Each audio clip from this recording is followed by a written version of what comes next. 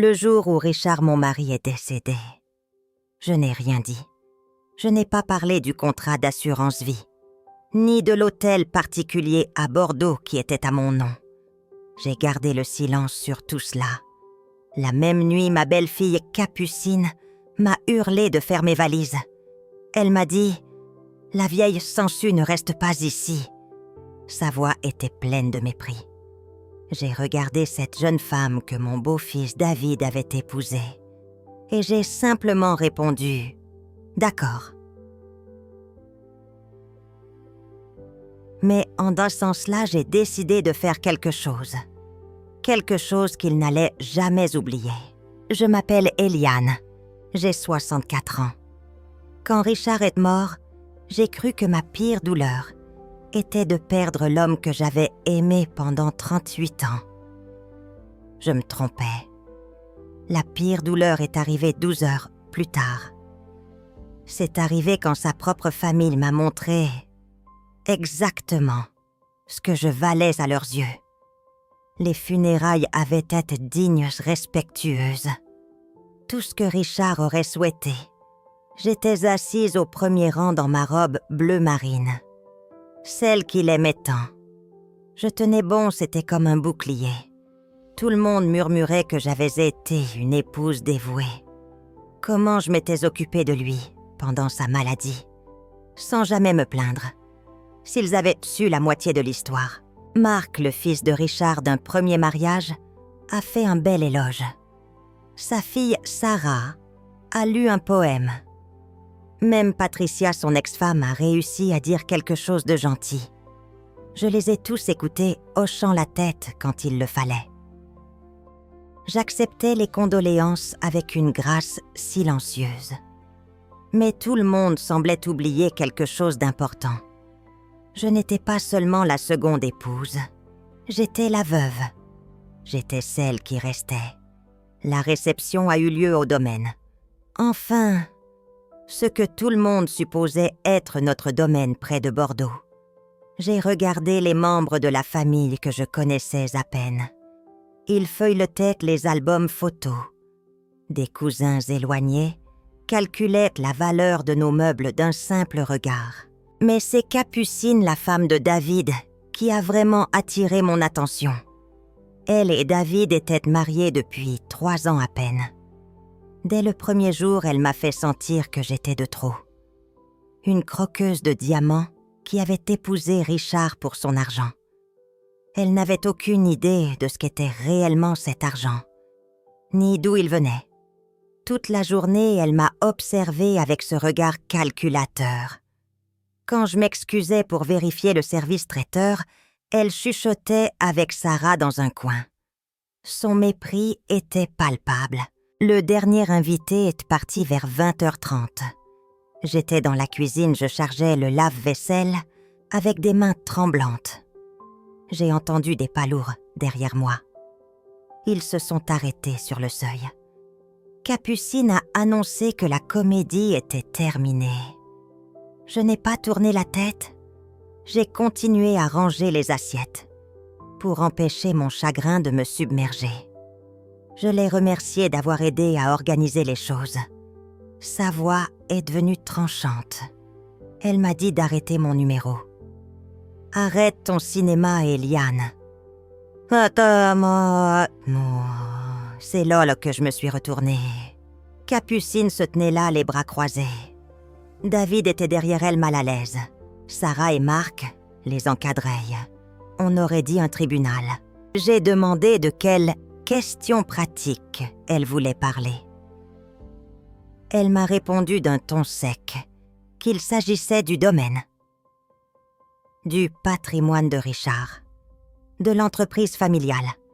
Elle a poursuivi en disant que David et elle en avaient discuté avec Marc et Sarah. Ils pensaient qu'il valait mieux que je commence à chercher mon propre logement. La cuisine s'est mise à tanguer. Mon propre logement. Je leur ai demandé s'ils étaient en train de me dire de partir. Capucine a souri. Ce n'était pas un sourire aimable. Elle m'a dit d'être réaliste. J'avais 64 ans.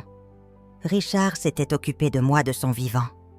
Mais maintenant, je devais penser à trouver quelque chose de plus petit, quelque chose de plus approprié à ma situation. Ma situation, elle m'a rappelé que je n'avais jamais travaillé. C'est Richard qui avait tout fourni, cette maison, mon style de vie. Mais c'était l'argent de Richard. Elle a fait un geste large, englobant la cuisine, comme si elle la redécorait déjà. Elle a ajouté que la famille devait prendre des décisions difficiles concernant sa succession. J'ai murmuré que c'était ma maison, que j'habitais ici depuis 15 ans. Marc est intervenu. Il a dit que papa aurait voulu qu'il soit pratique, qu'il y avait 4 enfants, plus les petits-enfants. J'ai répondu que Richard avait laissé un testament. Capucine a balayé mon argument d'un revers de main. Elle m'a dit qu'ils honoreraient la petite disposition qu'il avait prévue pour moi, mais qu'il fallait être honnête. J'étais la seconde épouse, pas son associée en affaires. Vous n'avez rien construit ensemble, vous étiez juste là. Ces mots m'ont frappé comme des coups. Juste là. Après 38 ans de mariage, après m'être occupée de lui pendant son cancer, j'étais juste là. Capucine a continué son réquisitoire. Elle pensait que je devrais faire mes valises ce soir même. Elle a précisé que David et elle resteraient ici pour aider à gérer la transition. Ils voulaient gérer les affaires de Richard directement. J'ai regardé David. Je l'ai supplié en silence de me défendre, de se souvenir que j'avais été sa belle-mère depuis ses 12 ans. Il n'a pas croisé mon regard. Il regardait ses pieds. J'ai demandé où j'étais censée aller. Capucine a haussé les épaules. Elle m'a dit qu'il y avait de charmantes résidences seniors dans le coin. Des EHPAD. Elle était sûre que je trouverais quelque chose de convenable. Un EHPAD. Comme si j'étais une vieille femme sans défense. J'étais dans ma propre cuisine, entourée de gens que je considérais comme ma famille. J'ai senti mon cœur se briser une dernière fois. Le chagrin de perdre Richard n'était rien comparé à cela. C'était une trahison. C'était être effacée de ma propre vie. Mais en regardant leur visage, la satisfaction cruelle de Capucine, les regards gênés des autres. Quelque chose d'autre a commencé à grandir. Quelque chose de froid, de calme et de patient. « D'accord », j'ai dit simplement. Capucine a cligné des yeux. Je ferai mes valises ce soir. Je serai partie demain matin. Le silence qui a suivi était assourdissant. Je crois qu'il s'attendait à ce que je me batte, à ce que je supplie. Au lieu de cela, je me suis retournée vers le lave-vaisselle. Capucine, déstabilisée, a bafouillé que c'était très mature de ma part. Je n'ai pas répondu. Je les ai écoutés s'éloigner. Je les ai entendus commencer à se partager ma vie dans le salon, à voix basse et excitée. Ils n'avaient aucune idée de ce qu'ils venaient de faire. Ils pensaient se débarrasser d'un fardeau. Ils pensaient que la veuve de Richard n'était qu'une vieille femme sans nulle part où aller. Ils allaient bientôt apprendre à quel point ils avaient tort. En fermant le lave-vaisselle, je me suis permise un tout petit sourire. Demain, ma vraie vie allait commencer. Et la leur, la leur allait devenir très très compliquée. J'ai fait 2 valises, cette nuit-là. Seulement 2.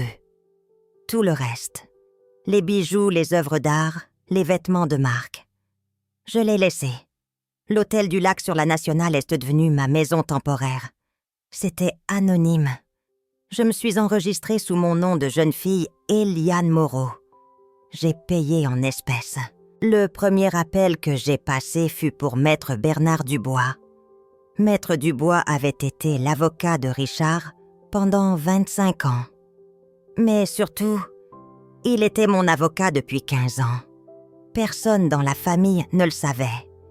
Ils supposaient que j'étais juste l'épouse. Ils ignoraient tout de mes propres affaires. Je lui ai dit que j'avais besoin de le voir, mais pas à son étude, quelque part de privé. Il a tout de suite compris. Il a deviné que la famille me posait problème. Maître Dubois est arrivé le lendemain matin. Je lui ai tout raconté. Les exigences de Capucine, l'ordre de trouver un EHPAD, le mépris. Sa mâchoire s'est crispée. Il m'a demandé s'ils avaient la moindre idée de ma situation réelle. Je lui ai confirmé que non. Richard et moi avions décidé cela il y a des années. C'était mieux ainsi. Laissons-les penser qu'il était le riche entrepreneur viticole et que j'étais juste la jolie seconde épouse. Il m'a demandé si j'étais sûre de vouloir procéder comme nous l'avions discuté. J'étais sûre. Je lui ai demandé combien de temps cela prendrait. Il a ouvert sa mallette.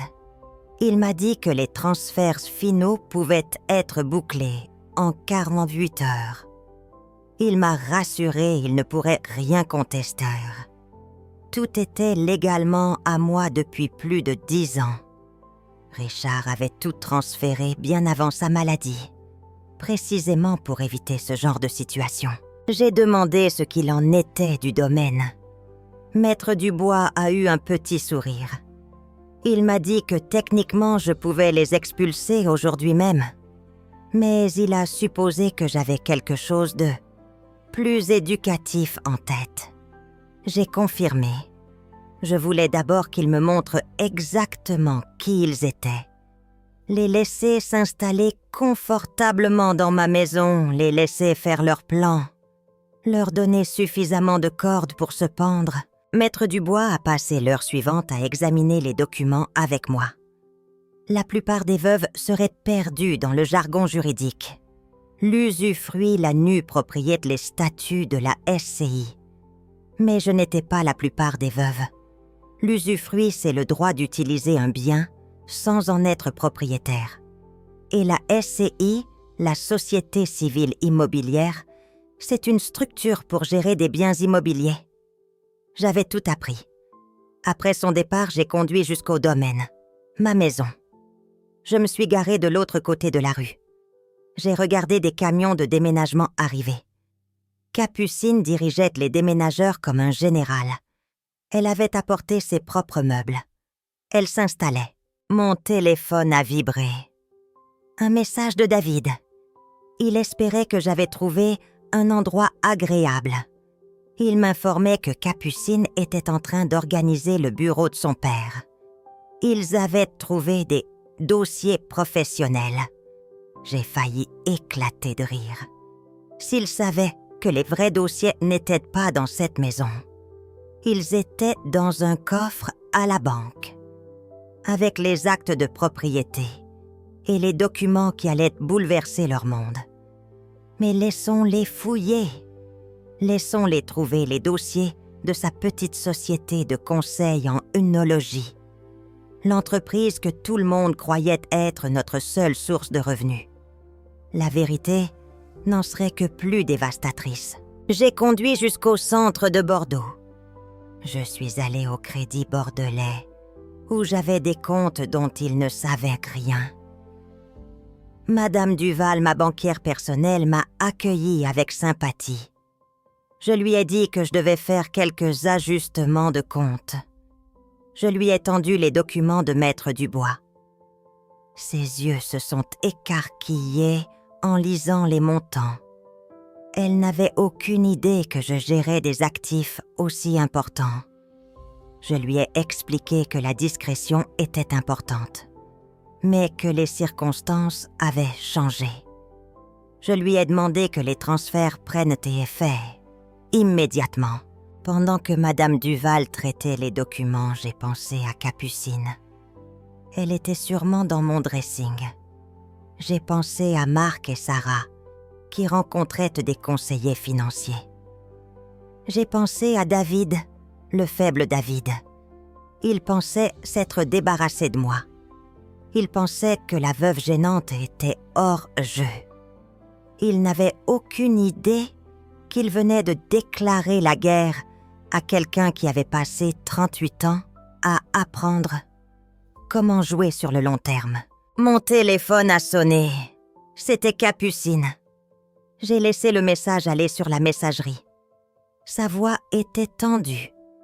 Elle me disait qu'ils avaient trouvé des documents déroutants, des papiers juridiques qui n'avaient aucun sens. Elle voulait que je la rappelle, qu'il y avait des choses que je devais expliquer. Il commençait à s'inquiéter. Il réalisait que le tableau financier n'était pas si simple. J'ai effacé le message. Laissons-les s'interroger. Demain, je commencerai la phase 2. Le vendredi matin, Maître Dubois a appelé. Ils avaient engagé un avocat, un certain Maître Martel. Il posait des questions sur la succession de Richard. Et il y avait plus. Il demandait une lecture formelle du testament. Il voulait que tous les bénéficiaires soient présents, y compris moi. J'ai demandé quand. Lundi, 14h. Le rendez-vous était donc chez Maître Pagnol, le notaire de la famille. C'est le notaire en France qui gère la succession et le testament. Lundi, 14h. Parfait. J'ai dit à Maître Dubois que j'étais prête. J'étais prête depuis 15 ans. Ce week-end-là, j'ai fait des achats. J'ai choisi un tailleur bleu marine, élégant mais sobre. Mon collier de perles. La montre Cartier que Richard m'avait offerte. Le dimanche soir, j'ai quitté l'hôtel du Lac. J'ai pris la suite Penthouse au Grand Hôtel de Bordeaux. Juste pour me rappeler qui j'étais vraiment avant d'entrer dans cette réunion. Lundi matin, je suis arrivée à l'étude du notaire avec 15 minutes d'avance. La réceptionniste m'a regardée avec un vague dédain. « Vous êtes ici pour la succession Holloway. » J'ai répondu. « Je suis Eliane Moreau Holloway, la veuve. » Mon ton l'a fait lever les yeux. C'est alors que des voix se sont élevées dans le couloir. C'était Capucine. Elle disait que c'était ridicule. Elle demandait pourquoi j'avais besoin d'être là, que je n'étais pas une vraie bénéficiaire. À 14h précises. Maître Dubois est arrivé. Il m'a salué d'un signe de tête. La famille s'est installée d'un côté de la table de conférence, comme s'ils se préparaient à une bataille. Capucine à la tête, Marc et Sarah à ses côtés, David en retrait. Je me suis assise juste en face d'eux. Maître Dubois à ma droite. Le notaire Maître Pagnol s'est raclé la gorge. Il a commencé la lecture du testament. Le notaire a lu les déclarations habituelles. Puis la partie qu'ils attendaient.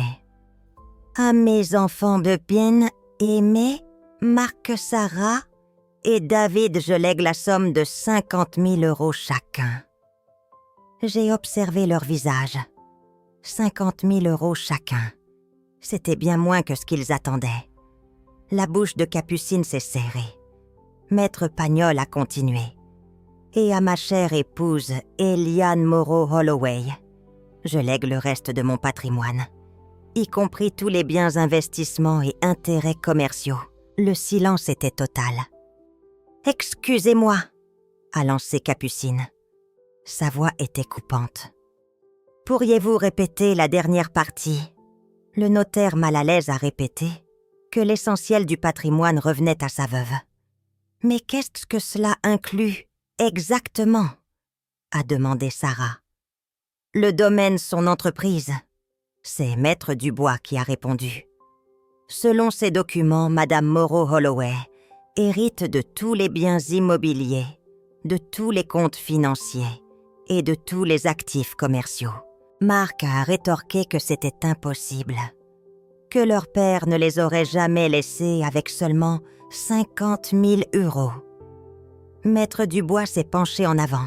« J'ai bien peur que ce soit tout à fait légal, monsieur. Votre père a été très précis sur ses intentions. » Capucine a explosé. Mais elle n'a rien gagné de tout cela. Elle n'a jamais travaillé. Elle n'a jamais rien apporté. Elle était juste là. Les mots flottaient dans l'air. Juste là. La même phrase que la nuit où elle m'avait chassée. Je me suis levée lentement. Tous les yeux se sont tournés vers moi. J'ai regardé Capucine. « Vous avez tout à fait raison, Capucine. » ai-je dit calmement. Elle a cligné des yeux. Je n'ai jamais rien apporté au succès de Richard. Sa petite société de conseil en œnologie, c'était lui. Oh. La confusion se lisait sur leur visage. Voyez-vous, ai-je continué, ma voix se raffermissant, le patrimoine de Richard n'est pas ce que vous croyez. Et je ne suis pas celle que vous croyez. David a demandé ce que je voulais dire. C'est Maître Dubois qui a pris la parole, ouvrant sa mallette. Il a demandé si nous devions clarifier ce qui constituait réellement le patrimoine de Richard. Il a sorti le premier dossier. C'est là que vous vous trompez. Madame Moreau Holloway est la propriétaire principale de presque tous les actifs importants depuis plus de 15 ans. Il a fait glisser un document sur la table. Voici les statuts de la SCI du domaine des Chênes, la société qui possède le domaine où vous vivez actuellement. Capucine l'a pris avec des doigts tremblants. Son visage est devenu blanc. Je vous invite à regarder le nom de l'actionnaire majoritaire. Maman, elle a lu le nom à voix basse. Eliane Moreau. C'est exact, a dit Maître Dubois. Le domaine a été acheté via cette SCI en 2008. Richard avait l'usufruit, le droit d'y vivre. Mais à sa mort, la pleine propriété revient à madame. Sarah a bégayé que c'était une erreur, que leur père avait acheté ce domaine avant de me rencontrer. Il l'a fait, ai-je confirmé. Et puis, il l'a refinancé en 2007, en utilisant des capitaux que j'ai fournis. C'est là que nous avons créé la SCI. Marc a exigé de savoir de quels capitaux je parlais. J'ai souri. L'argent venait de mon premier mariage, ai-je dit calmement. J'étais financièrement indépendante quand j'ai rencontré votre père. David a répété faiblement que je n'avais jamais travaillé. Je n'avais pas besoin de travailler. Je gérais mes investissements. Je le faisais simplement en silence. Maître Dubois a sorti un autre dossier. Voici les documents de l'hôtel particulier à Bordeaux. Celui qui vient d'être évalué à 15 millions d'euros. Il appartient en nom propre à Madame Moreau. 15 millions. Le chiffre a résonné.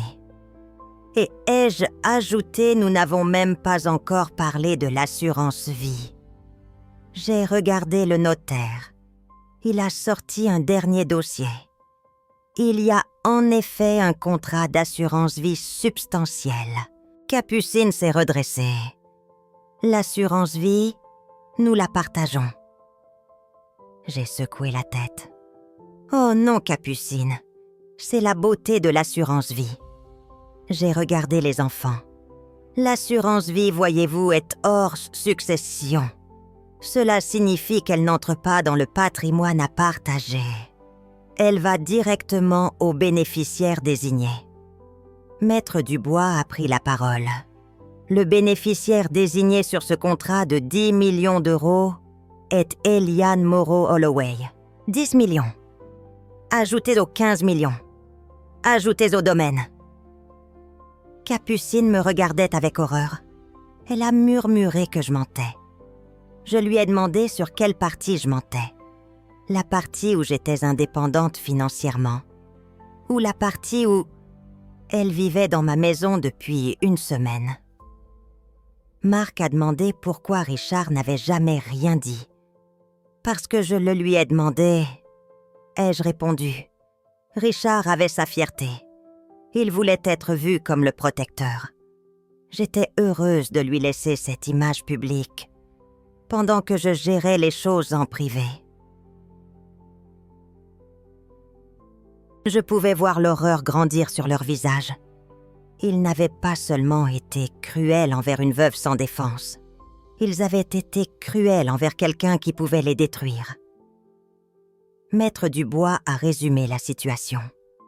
Légalement, vous héritez chacun de 50 000 €. Quant à votre situation de logement actuelle, il a regardé Capucine. Vous résidez actuellement dans la propriété de Madame Moreau Holloway sans sa permission. Cela fait de vous des occupants sans droit ni titre. Le mot a claqué. Capucine a blêmi. Elle a chuchoté que je ne pouvais pas être sérieuse. Je me suis levée. Je suis tout à fait sérieuse. Vous vouliez que je parte pour réclamer ce que vous pensiez être à vous. Malheureusement pour vous, rien ne vous appartenait. J'ai pris mon sac. Je vous donne 72 heures pour retirer vos affaires de ma maison. Passé ce délai, je lancerai une procédure d'expulsion. Alors que je marchais vers la porte, la voix de Capucine m'a suivie aiguë et désespérée. Eliane, s'il vous plaît. Nous pouvons trouver un arrangement. Nous sommes une famille. Je me suis arrêtée sur le seuil. Je me suis retournée. Une famille. Vous avez raison, Capucine. Nous sommes une famille. Et vous venez de m'apprendre exactement ce que ce mot signifie pour vous. Je suis sortie de cette étude en sachant que ma vieille vie était terminée.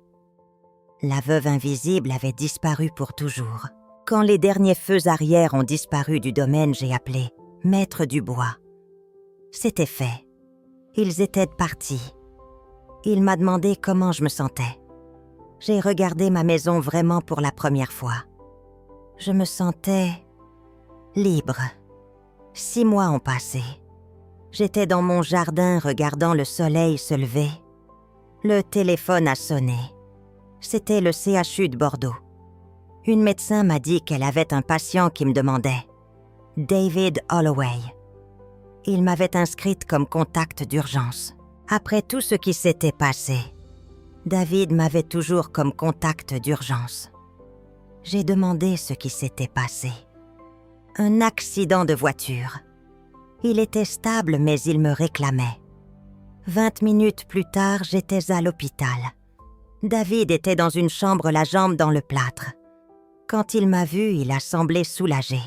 « Eliane, vous êtes venue. » J'ai répondu que bien sûr il était blessé. Il m'a dit que l'infirmière n'avait pas réussi à joindre Capucine. Son téléphone était coupé. J'ai demandé où elles étaient. « Partie », m'a-t-il dit d'une voix vide. Elle est partie il y a 3 mois. Elle a dit qu'elle m'avait épousée pour le style de vie. Quand le style de vie a disparu, elle aussi. Je lui ai dit que j'étais désolée. Il m'a regardé les yeux clairs. « L'êtes-vous vraiment, après tout ce qu'on vous a fait ?» J'ai réfléchi. 6 mois plus tôt, j'aurais dit qu'il le méritait. Mais en le voyant là seul et brisé, j'étais triste pour lui. « Oui, je suis désolée que vous traversiez cela. » Il a pris une grande inspiration. Il m'a dit qu'il devait me parler de cette nuit-là. La nuit où Capucine m'avait chassée. Il m'a avoué qu'il savait que c'était mal. Mais il était tellement en colère à cause du testament. Il a laissé Capucine le convaincre que j'étais le problème. Il a continué, la voix brisée. « Vous m'avez élevée, Eliane, depuis mes 12 ans. Vous avez été plus une mère pour moi que ma propre mère. Vous veniez à mes matchs de foot. Et la nuit où papa est mort, la nuit où j'aurais dû vous protéger, j'ai laissé ma femme vous insulter et vous jeter dehors. » Des larmes coulaient bien sur ses joues. J'ai senti ma propre gorge se serrer. Il m'a dit qu'il vivait avec cette culpabilité depuis 6 mois. Il avait besoin que je sache qu'il se souvenait de qui j'étais vraiment. Il m'a dit qu'il avait rejeté la seule personne qu'il aimait sans condition. J'ai pris sa main. « Oh, David, vous ne m'avez pas rejeté. Vous avez fait une erreur. Une terrible erreur, mais pas impardonnable. » Il m'a demandé comment je pouvais dire ça. Je lui ai expliqué. Cette nuit-là, j'ai cru que mon monde s'effondrait. Je pensais perdre ma famille. Mais ce que je perdais, c'était une illusion. Je pensais faire partie d'une famille aimante. Mais la vérité, c'est que ma valeur était basée sur ce que je pouvais fournir, pas sur qui j'étais. « Et maintenant ?» m'a-t-il demandé. « Où cela nous mène-t-il » C'était une bonne question. J'avais le droit de m'éloigner. Mais le voir ainsi, j'ai réalisé que la justice avait été rendue. La vengeance n'était pas nécessaire. Cela nous laisse ici, ai-je dit. Nous pouvons recommencer, si vous le voulez. Bâtir une relation basée sur qui nous sommes vraiment. Il a hoché la tête, les larmes aux yeux. Je l'ai prévenu que ce serait différent. Je ne serai plus la femme invisible qui arrange tout. Et je ne le sauverai pas des conséquences de ses choix. Il devait construire cette relation lui-même. Il m'a dit qu'il comprenait, qu'il voulait connaître la vraie Eliane. Alors j'ai dit, nous allons essayer. En quittant l'hôpital, je me sentais plus légère. La femme invisible avait disparu. Elle doit être remplacée par quelqu'un qui connaissait sa propre valeur. Quelqu'un qui pouvait choisir le pardon ou la distance. Et cela, c'était d'une valeur inestimable. Maintenant, je suis curieuse de savoir ce que vous en pensez. Qu'auriez-vous fait à ma place ?